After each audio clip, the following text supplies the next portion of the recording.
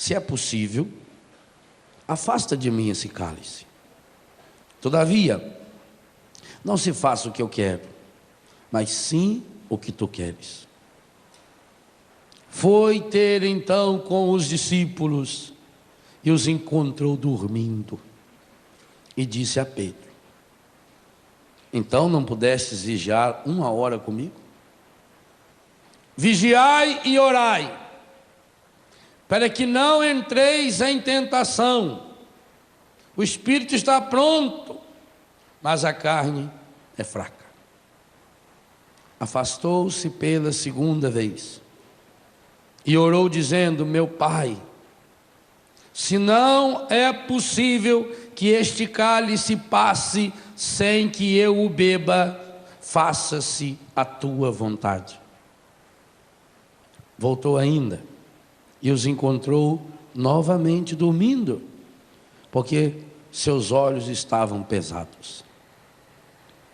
Deixou-os e foi orar pela 3ª vez, dizendo as mesmas palavras. Voltou então para os seus discípulos e disse-lhes: dormi agora e repousai. Chegou a hora. O Filho do Homem vai ser entregue nas mãos dos pecadores. Levantai-vos e vamos. Aquele que me trai está perto daqui. Palavra da salvação.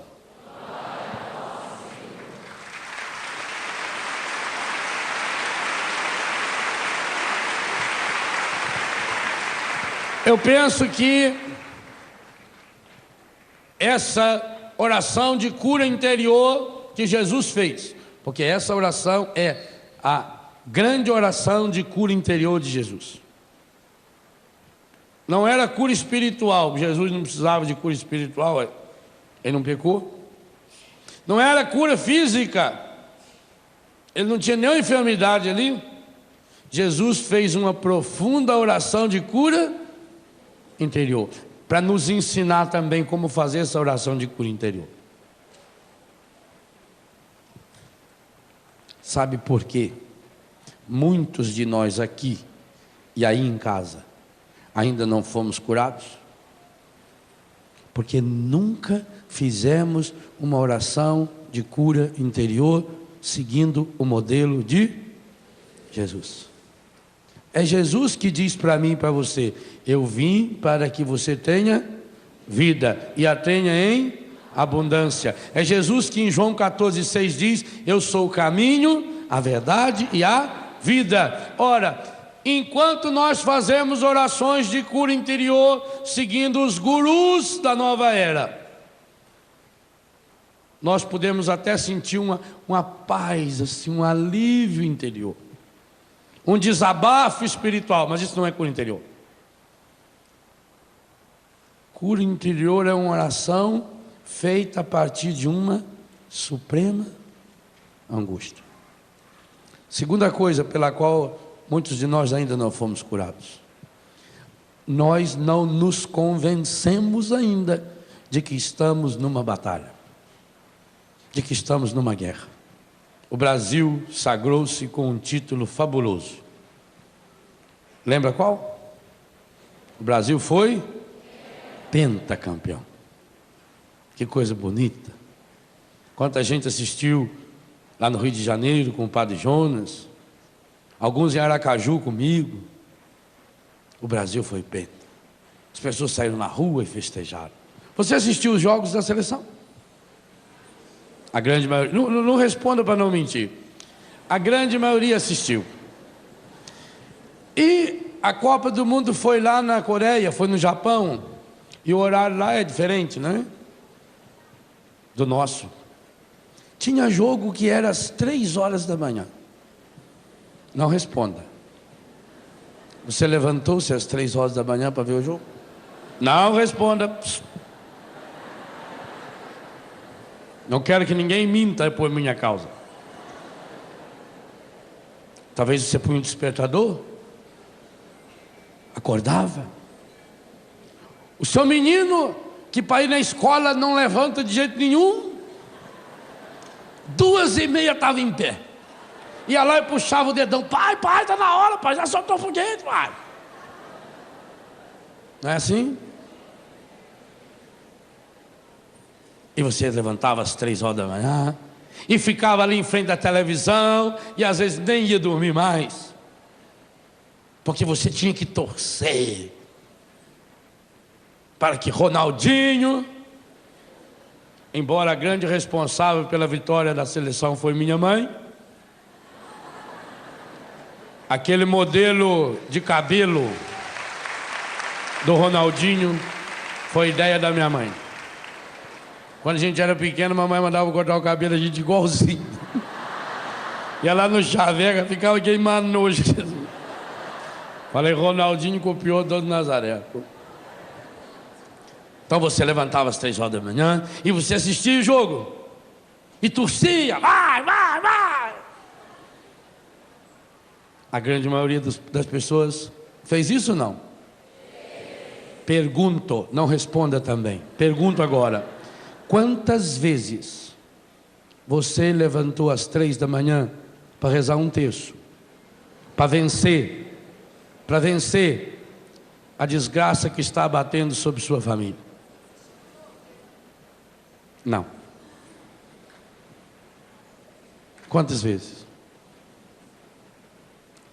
Não é errado assistir o jogo às 3 horas da manhã, não é errado. Que bom!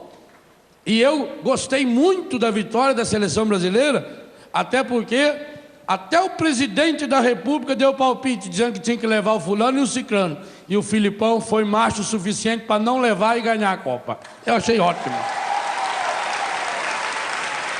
Mas isso tem que ser jogado agora na minha vida espiritual. Ah, padre, eu estou lutando tanto para arrumar um emprego. Quantas vezes a família levantou às 3 horas da manhã e se colocou de joelho e rezou um terço? Não estou falando nem 1h30 que demora um jogo, para pedir o emprego do marido. 99% das pessoas nunca fizeram. Por isso que eu peço, não responda. Não levante sua mão, não. Fica pensando. Se você fez isso, louve a Deus. Quantas vezes levantou às 3 horas da manhã e ficou 1 ou 2 horas em oração para libertar um filho das drogas? Eu tenho filho que foi levado para a minha casa e está lá há 7 meses, 8 meses, 1 ano, e a família nunca mandou uma carta.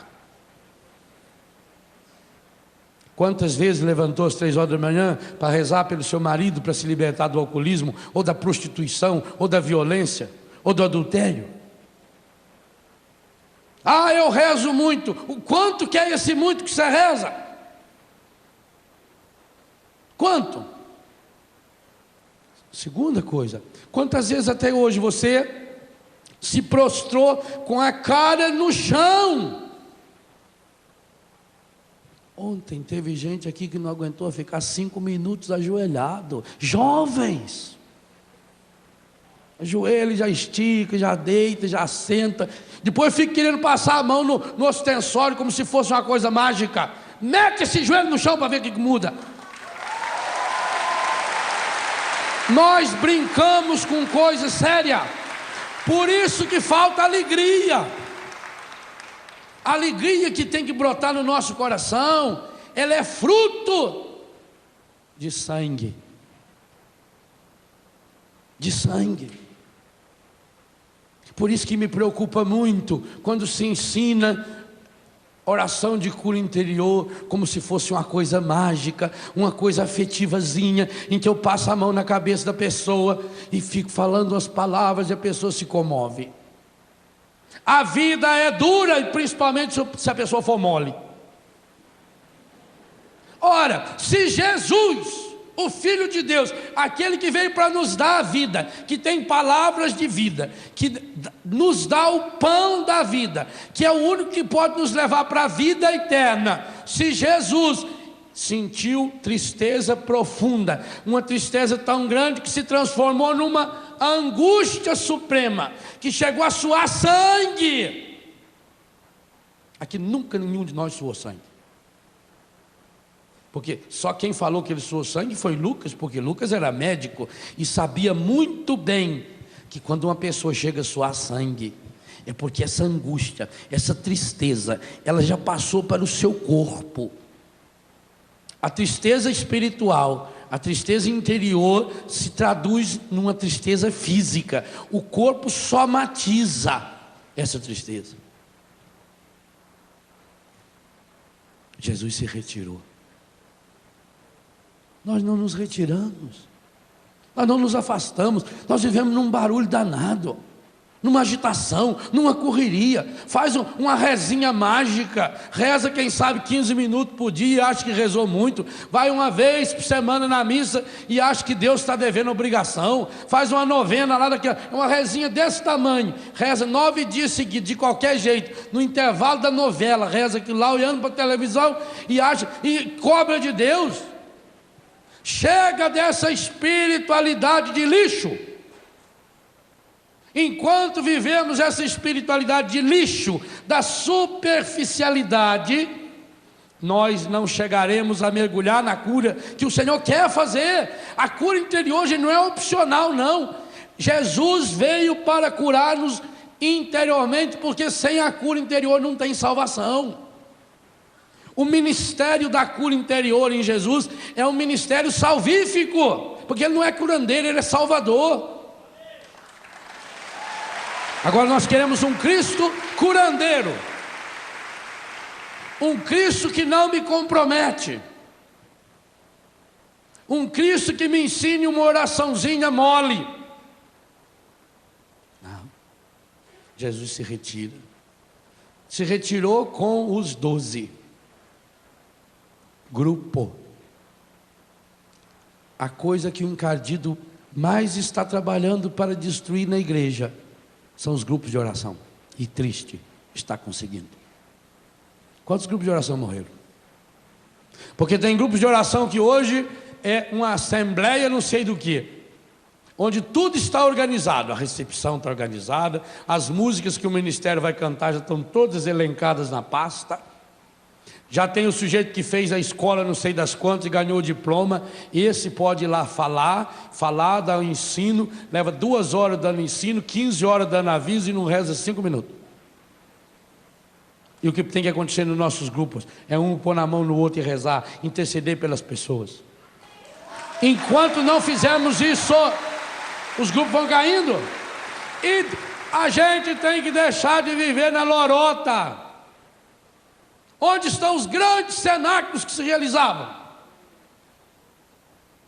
É muito fácil eu colocar a culpa nos outros. Eu dizia, aliás, talvez foi por isso que nunca mais me convidaram para pregar no Congresso Nacional da Renovação. Porque a única vez que me convidaram para pregar na Basílica de Aparecida, eu falei na frente dos senhores bispos, senhores padres e não sei quantas mil pessoas que estavam lá, dizendo, a única coisa que pode atrapalhar e estragar a renovação carismática católica somos nós, quando deixarmos tomar pelo espírito de liderança e não de servo, porque a palavra líder não aparece na Bíblia. E é isso que está acontecendo. É isso. Tem gente que hoje tem tanto cargo, ele que pertence a tanta secretaria, que ele não tem tempo de fazer uma oração. Ele tem que organizar as pastas das secretarias dele, tudo. Jesus está nos dando um ensino concreto de cura interior. Retire-se com o grupo. É preciso que eu tenha um grupo. E dentro desse grupo, aí é uma sabedoria espetacular. Jesus tinha o grupo dos 12 apóstolos. Ele tinha os 72 discípulos, com os quais ele rezava. Mas ele tinha o grupo dos 12 apóstolos, que era para fazer a oração mais íntima. Foi para eles que Jesus ensinou o Pai Nosso. Foi com eles que Jesus partiu o pão e instituiu a Eucaristia. Foi com eles que Jesus instituiu o sacramento da reconciliação. Acabamos de receber um abraço de um sucessor deles, Dom Alberto. Os bispos são sucessores dos apóstolos. Mas entre aquele grupo, o grupo que Jesus rezava, o grupo que rezava com Jesus, Jesus tinha o seu grupinho de cura interior. E esse grupinho tem nome. Era formado por Pedro, Tiago e João. Sabe o que me impressiona? os 3 piores. Em matéria de relacionamento, os únicos 3 que a Bíblia conta que tinha defeito de relacionamento. E aliás, para completar o quadro, a conclusão da oração é Jesus dizendo que está chegando o quarto. Qual é esse quarto que estava chegando ali? Judas. Ele está bem de oração. Jesus tinha o seu grupo, e dentro daquele grupo ele tinha os 3 que eram os seus verdadeiros amigos. Quem diz que tem muitos amigos não tem nenhum. Amigo, você tem que ter pouco. Talvez contar no dedo de uma mão. Mas é esse amigo diante do qual eu posso rasgar meu coração. Meu irmão, minha irmã, as piores máscaras que existem são as máscaras espirituais, que criam corações mascarados. E corações mascarados, em pouquíssimo tempo, tornam-se corações empedernidos, corações de pedras, corações feridos e machucados. E aí a ferida lá de dentro não sai. Nós precisamos de pessoas diante das quais nós podemos rasgar o coração. Isso eu preciso na família, eu preciso na comunidade, eu preciso na igreja. Não acontece cura interior sem intimidade profunda. Amigo é aquele diante do qual eu posso rasgar meu coração, mostrar a minha fraqueza. Cronologicamente falando, essa experiência de oração de cura interior de Jesus aconteceu na semana da sua morte. Muito provavelmente na quarta ou na quinta-feira santa. Gente, que preparação o homem que vai salvar a humanidade. Como é que esse homem, que ia assumir a missão de ser salvador do mundo, e que ia convidar os discípulos a pregar o seu nome como Senhor e Salvador, inclusive entre os discípulos, aquele que ia assumir, apóstolo portanto, a missão de seu sucessor, Pedro, o primeiro Papa. Que coisa estupenda! Jesus não tem máscara no seu coração, nem diante daquele que será o primeiro Papa. É por isso que depois Jesus vai poder fazer oração de cura interior na cruz. Pai, perdoa, eles não sabem o que fazem. E é por isso que depois de ressuscitado vai poder vir fazer a oração de cura interior no coração de Pedro. Jesus está nos mostrando que enquanto não entrarmos nesse processo de prostração, e a palavra prostrar eu lembrava ontem, ela tem esse duplo sentido. Quem não se prostra diante de Deus, se prostra diante da vida. E terrível, acaba se prostrando diante do engadido. Porque o sonho do engadido, e ele falou para Jesus, é que a gente acabe se prostrando diante dele. Esse é o sonho dele. Quantas pessoas prostradas na vida? Pega o dicionário e lê o que é prostrado. Deprimido, angustiado, triste, amarrado, desanimado, estou mal, estou prostrado. Sabe por que a gente fica prostrado? Porque a gente não se prostra diante de Jesus. A gente não se prostra diante do Senhor.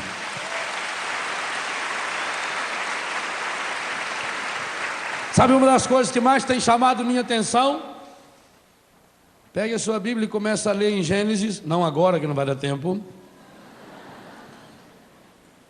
Quantas vezes vai aparecer pessoas em situações limítrofes? E qual é a atitude dessas pessoas? Prostrar-se em oração diante de Deus. Mas não uma oraçãozinha escondida lá no quarto, não. Quem quer experimentar a graça da cura interior não pode se esconder. Tem que tirar as máscaras. Jesus, embora não tivesse máscara, teve que tirá-las diante de Pedro, Tiago e João. Porque às vezes você podia dizer: mas eu não tenho para quem eu me abrir, eu não tenho pessoas especializadas, experimentadas, cursadas ou sei lá o quê. Talvez tenha sido pedagógico que Jesus escolheu Pedro, Tiago e João, para mostrar para nós: olha aqui, diante de quem eu me abri. Pedro, o único que o negou 3 vezes. Tiago e João receberam de Jesus o apelido de Boanerges, filhos do trovão. Pensa bem. Às vezes a gente fica triste porque uma pessoa falou mal da gente. Jesus não falou mal, não. Ele chamou os dois de filhos do trovão. É feio. Trovão assusta. E de Pedro ele deu um apelido para Pedro, que Deus o livre guarde. Mateus 16. Afasta-te de mim, encardido. Que coisa! De nenhum outro apóstolo ele chamou, nem Judas. Pedro, encardido. Tiago e João, filhos do trovão. Pior ainda, pois foi diante dessa trinca medonha que Jesus 3 vezes se prostra em oração. Parece que as 3 vezes que Jesus se prostra significa uma para Pedro, uma para Tiago, uma para João. Talvez será por isso que Paulo vai escrever em Gálatas que os colunas da igreja, ou as colunas da igreja, é Pedro, Tiago e João. Jesus se abriu com eles. Jesus mostrou a angústia para aqueles 3. E pior, os 3 não deram bola para a angústia dele. Puxaram a paia. Padroeiros de muita gente que vão rezar e dormem.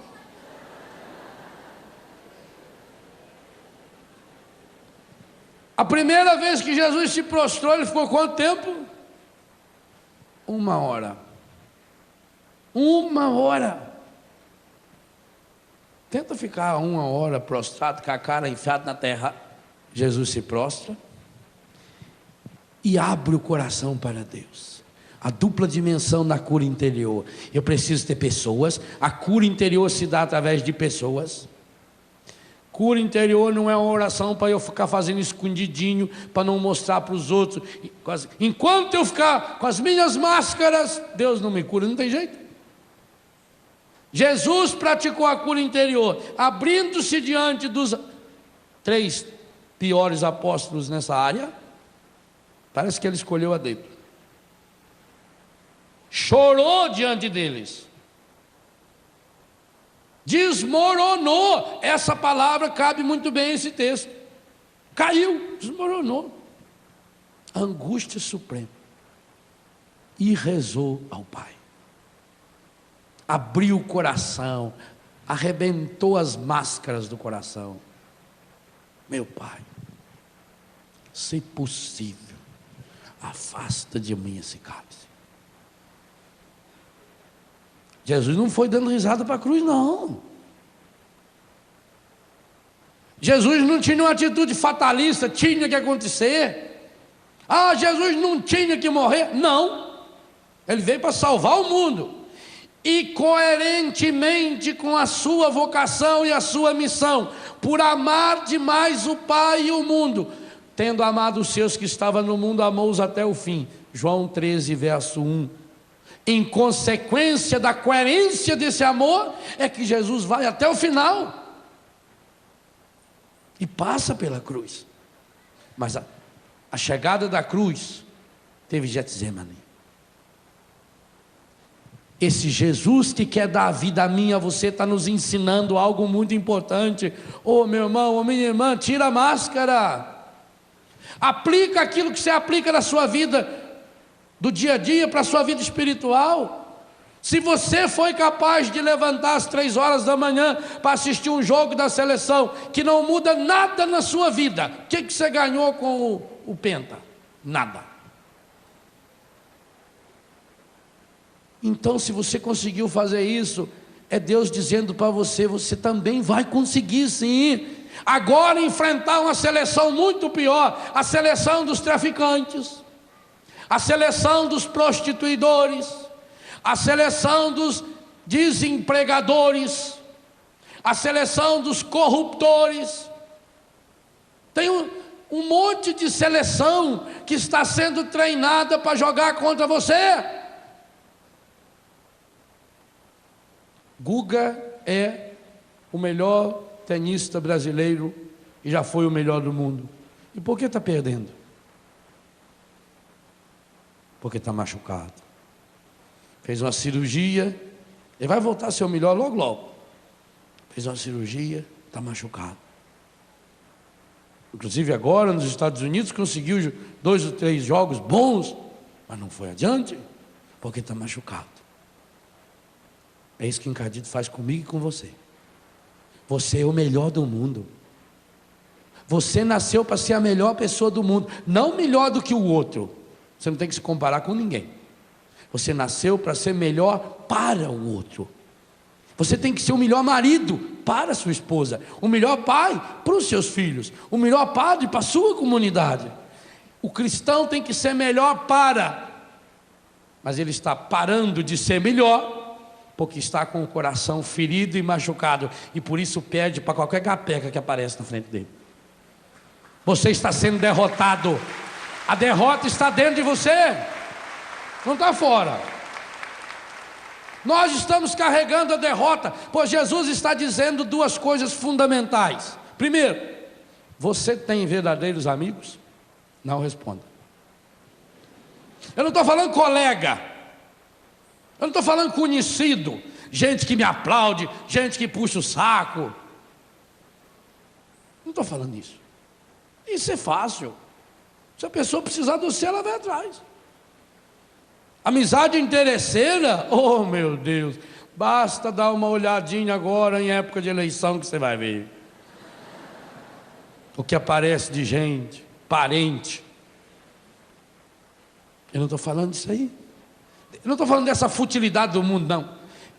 Para essa futilidade do mundo, já disse nesse palco aqui, não faz muito tempo, que Deus me deu a graça de cortar 99%.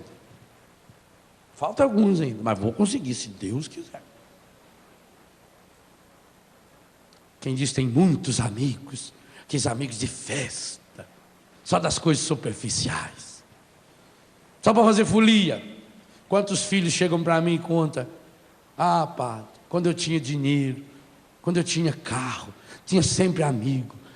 Na minha casa estava sempre cheio de gente, os colegas iam lá, para a gente ir para a zona, para a gente ir comprar droga, sempre tinha amigo. A hora que eu me contaminei, a hora que eu perdi tudo, a hora que eu fui preso, não apareceu ninguém, não tem ninguém. Eu louvo a Deus as situações difíceis que já aconteceram na minha vida, porque são essas horas que mostram para a gente quem a gente é para os outros. Porque para Deus eu já sei.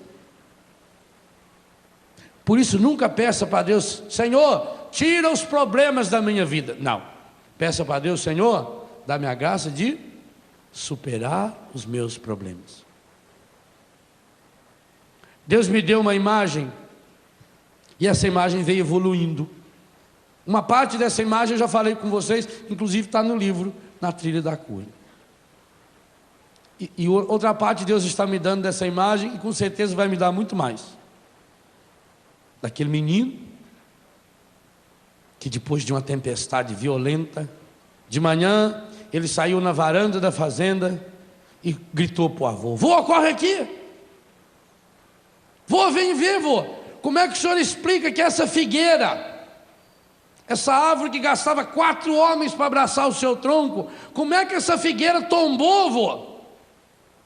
O vento derrubou a figueira, vô. E como é, vô, que aquele pezinho de bambu, tão fininho, como é que aquele pezinho de bambu não caiu, vô? Aí o vô pôs ele aqui no cangote, falou, vem cá. Aí foi lá na figueira, mostrou a figueira. Falou, nossa, vô, ela está oca. É, filho, com o tempo a figueira foi ficando oca. Vô, mas não parecia. É por causa da casca, filho. Tinha uma casca muito grande.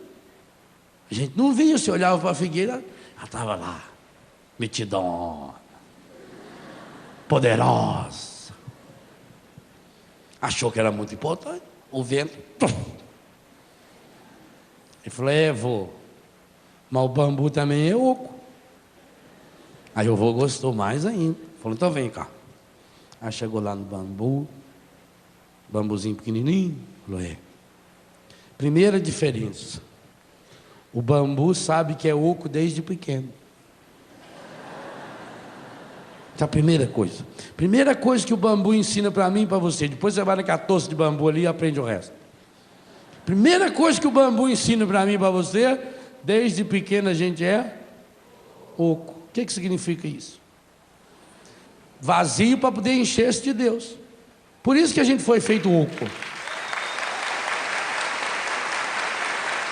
Por isso que a gente nasce vazio. Porque Deus quer nos encher com o seu em plenitude. Então, primeira coisa, o bambu sabe desde pequeno que ele é oco. Então, sabendo que é oco, que é fraco, ele toma alguns cuidados. Segunda coisa que o bambu nos ensina, a nossa vocação é o céu. O bambu é uma grama, da família das gramíneas.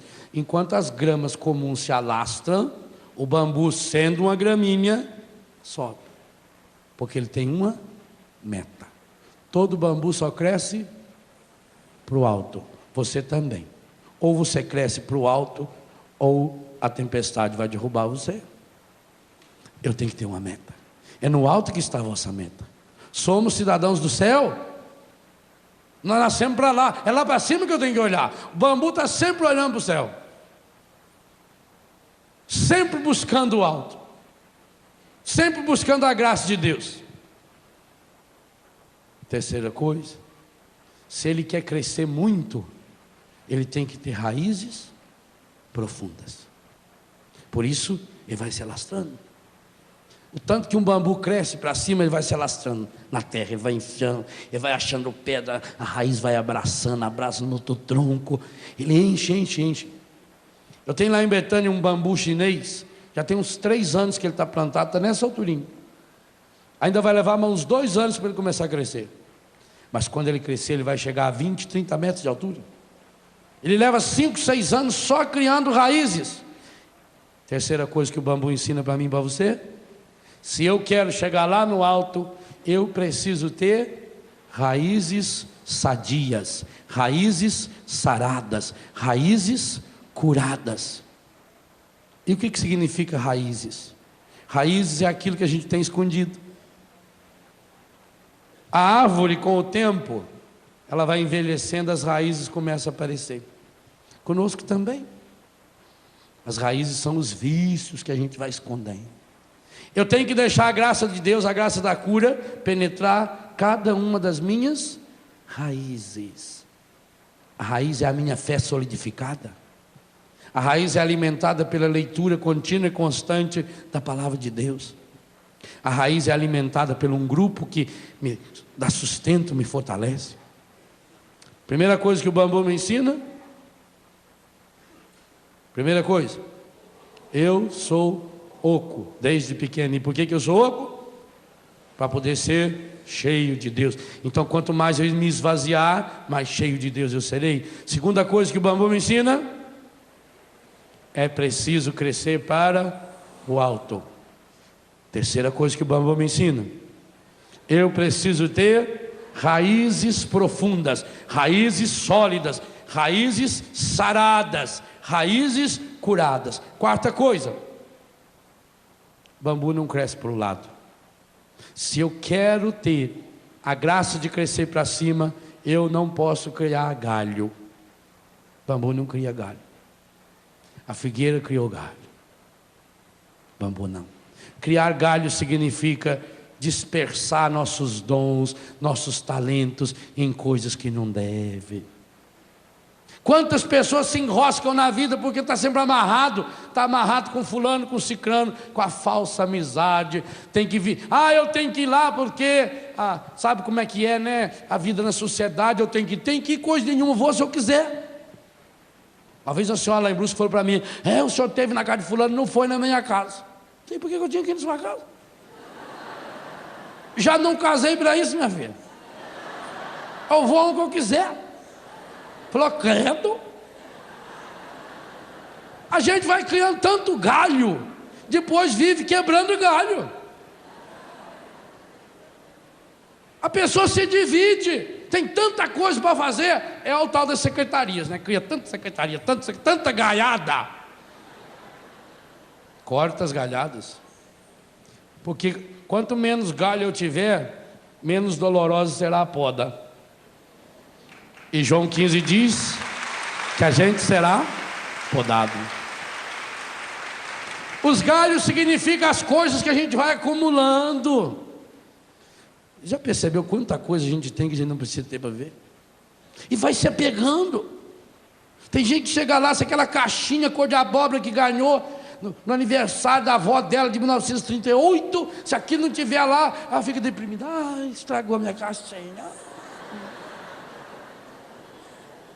Porque eu queria hoje usar aquela calça com o zip nas costas e não. Corta um pouco do galho. Quanto menos coisa a gente tem, melhor. É como aquele sujeito que foi procurar um guru, um sábio espiritual, um mestre, para pedir ajuda para ele. Falou, ele mora aqui, a casa dele é logo aí. Aí chegou até a casa dele, era um salão, o homem morava numa tenda.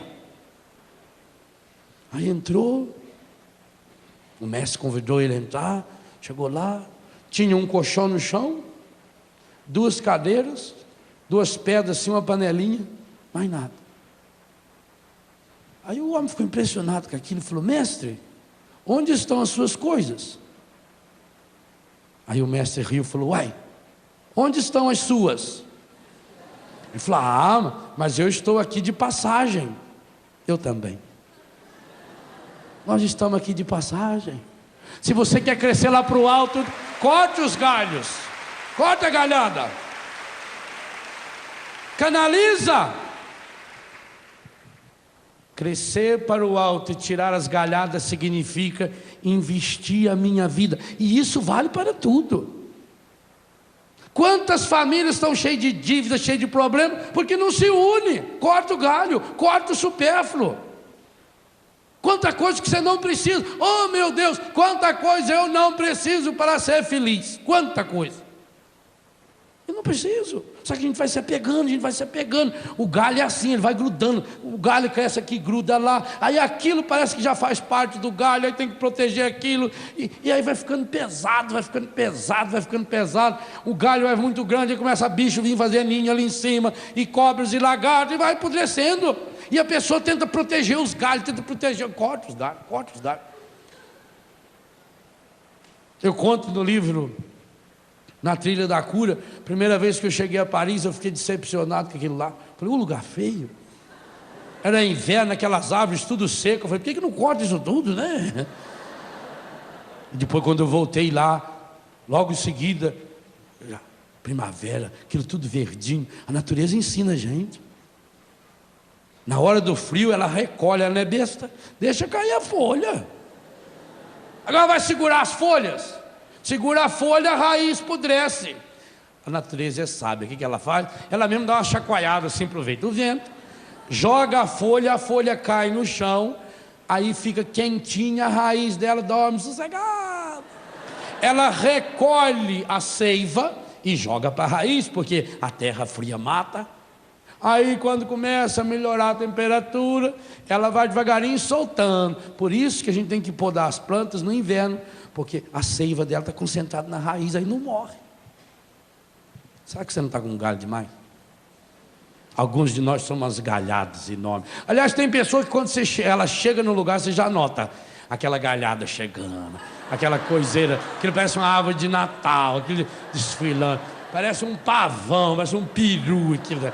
Ai, e chega lá, e chega para cá, não consegue nem andar naquilo, né? Corta! Bambu é oco desde pequeno.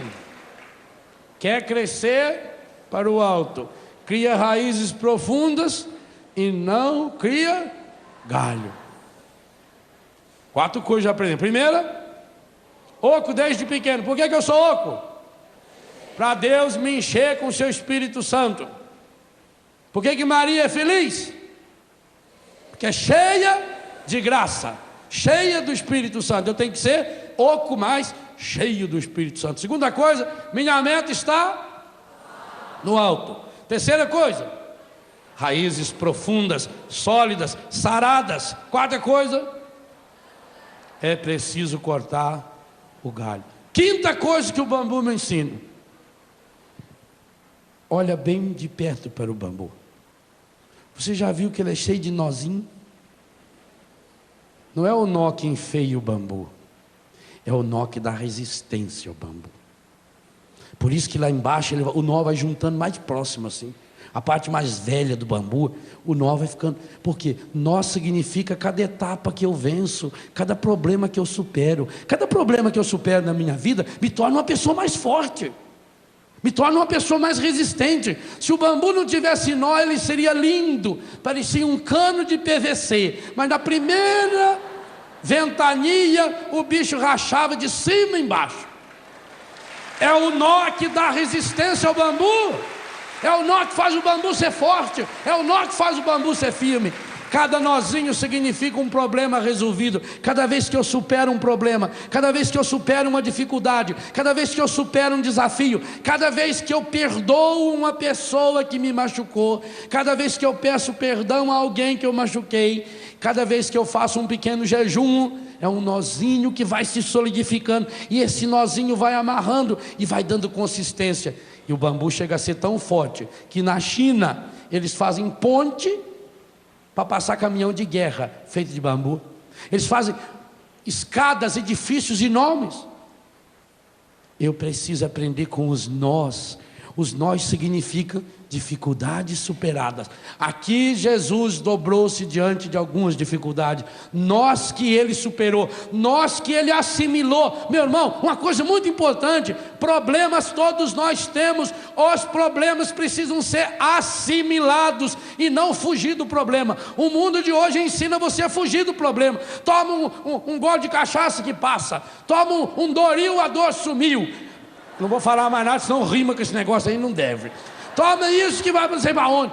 Não, Jesus está dizendo para você: supere os problemas, vença os problemas. Eu estou aqui para mostrar como. Para você superar esses problemas, você precisa ter a humildade do bambu, de se pinchar no chão, de se enraizar no chão, e cada dia viver como um dom de Deus. Por isso que Jesus, o Deus da vida, nos ensina o pão nosso de cada dia. Tem um problema a ser superado, supere esse problema agora, resolva. Como que eu vou resolver? Jesus deu a pedagogia para nós. Vai para o seu grupo, lá no seu grupo, aquelas pessoas que são amigas, 2 ou 3 pessoas, coloque-se com essas pessoas num momento retirado de oração. Abra o seu coração, faça uma oração honesta. Meu Deus, minha alma está triste, Senhor, eu estou abatido, Senhor, eu estou com dor, Senhor, eu estou abatido demais, Senhor, eu estou machucado, Senhor, eu estou ferido, Senhor, eu estou me sentindo sozinho. Chora diante de Deus, chore suas mágoas diante de Deus. Aquela definição linda de oração que está no primeiro livro de Samuel, capítulo 1, versículo 10, 11, 12, 13, 14 e 15. Ana rezando. E quando o sacerdote acha que ela está bêbada, porque o jeito que ela rezava, ela diz: não, eu não estou bêbada, eu derramo a minha alma na presença do Altíssimo. Que definição de oração! Derramo a minha alma, derramar é pegar um copo e derrama a minha alma na presença. E você derrama sua alma na presença de quem? O bambu tem nós, e nós significa etapas. Uma longa caminhada se faz com pequenos passos. Andar é a coisa mais fácil que tem, você só mexe o pé de trás, ó. Observe que depois em casa você pode fazer a experiência. Veja, ó, só estou mexendo o pé de trás, o da frente eu nem me incomodo com ele. E anda. Significa que problemas a gente tem que solucionar um de cada vez. Ai, padre, eu tenho 30 pratos para lavar.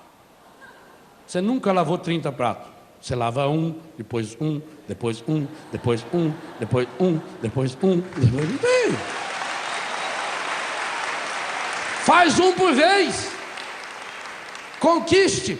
Cada etapa vencida, cada etapa é uma etapa, cada etapa é uma vitória. Celebre essa vitória. Os nós são aquilo que fortalecem o bambu. Primeira coisa que o bambu me ensina: eu sou oco. E por que eu sou oco? Para ser cheio de Deus. Segunda coisa que o bambu me ensina: é preciso crescer para o alto. Terceira coisa: eu preciso ter raízes sólidas, firmes, saradas. Raízes saradas, curadas. Quarta coisa: o bambu não cria galho. Quinta coisa: fazer dos nós uma amarra, uma resistência. Como numa construção, você vai fazer um prédio, a cada pedaço de construção tem que fazer um amarro, tem que colocar uma estrutura. É isso que sustenta a gente. A construção é um tijolo em cima do outro, tijolinho por tijolinho. A vida é assim. O mundo de hoje oferece tudo pronto, tudo mágico, tudo automático. Não! Jesus está dizendo para nós que a cura interior é um processo onde o Espírito Santo se junta ao meu espírito, se une ao meu espírito. Romanos 8, 26. O mesmo Espírito se une ao meu. Ele não faz por mim. O homem que chegou lá na igreja: o padre, eu queria que o senhor rezasse para a minha cura. O padre falou: você tem que ter fé, meu filho. Ele falou: eu tenho muita fé, padre, muita fé. Eu tenho tanta fé que eu vim a cavalo. E eu deixei meu cavalo lá na porta da igreja, eu nem amarrei ele, porque eu sei que Deus está cuidando do meu cavalo. Vai amarrar o cavalo, rapaz? O senhor não acha que Deus tem coisa mais importante a fazer que ficar segurando o cavalo na porta da igreja? Ora! Amarre seu cavalo, faça sua parte. São nós que a gente aprende com os problemas, com as dificuldades. Sexta coisa que o bambu nos ensina: meu filho, olha bem para esse bambu. Ele está sozinho? Não. A primeira coisa que o bambu faz, quando ele começa a crescer, ele deixa o vento, e esse vento é do Espírito. Eu falei aqui em Pentecostes. Ele deixa o vento jogar uma sementinha do lado, e outra do lado, e outra do lado. Bambu só cresce em toça. Por isso que você olha de longe, uma toça de bambu é maior do que uma figueira, é maior do que uma árvore. E essa toça é tão grudada, por quê? Primeiro, não tem galho. Nenhum deles tem galho. Segundo, porque eles têm raízes profundas, todos eles. Terceiro, porque todos eles estão crescendo para cima. Quarto, porque todos eles sabem que são ocos. Quinto, todos eles vão se grudando um no outro, porque aprenderam a fazer isso consigo mesmo. Quem aprendeu a superar os nós, vai aprendendo agora a se apoiar um no outro. O bambu se apoia em si mesmo pelos nós. Problema superado é vitória garantida. E agora se apoia em quem está do meu lado. E um se apoia no outro, e um balança junto com o outro, e eles vão até se entrelaçando. Se você tentar tirar um bambu lá do meio da toça, você não consegue. Ele está grudadinho. Bambu nasceu oco, quer ir para o alto, portanto cria muitas raízes, supera cada dia um problema, os nozinhos que a vida vai lhe oferecendo. Cada problema superado é um nó que firma, e ele se torna forte, e ele se torna firme. Ele vai cortando os galhos. Quem não corta os galhos não consegue viver em comunidade. Por que as pessoas não conseguem viver em comunidade? Tem gente que não pode, como é que vai pôr 2 pavão macho junto?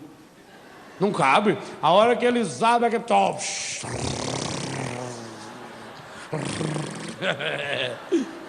Tem marido que quando chega em casa a mulher tem que ir embora, porque não cabe os dois, não cabe. A hora que a mulher chega, o marido e vai lá. Manhã! E sobe. Corta os galhos. A sua comunidade está sendo destruída, por quê? Porque tem galho demais, corta. O que são os galhos? São os milindres. Ai, fala uma coisa, deixou eu tão triste. Padre, eu gostava tanto que a pessoa, ajudei tanto ela, tanto. Agora só vi a hora que a gente mais precisa. Como dói em gratidão. A hora que a gente mais precisa, que a gente sabe. Milindre, corta o galho. Caiu um galho, aprenda com a lagartixa. Esse dia eu fiquei tão triste. Tinha uma lagartixa enfiada na minha janela. Eu abri a janela e fui tocar, coitadinho, para sair. É prender o rabo. Não é que ela soltou o rabo, largou o rabo na ponta da minha vassoura e saiu e foi balançando aquele toquinho, fazendo assim pra mim. Aí eu fiquei com raiva da lagartixa.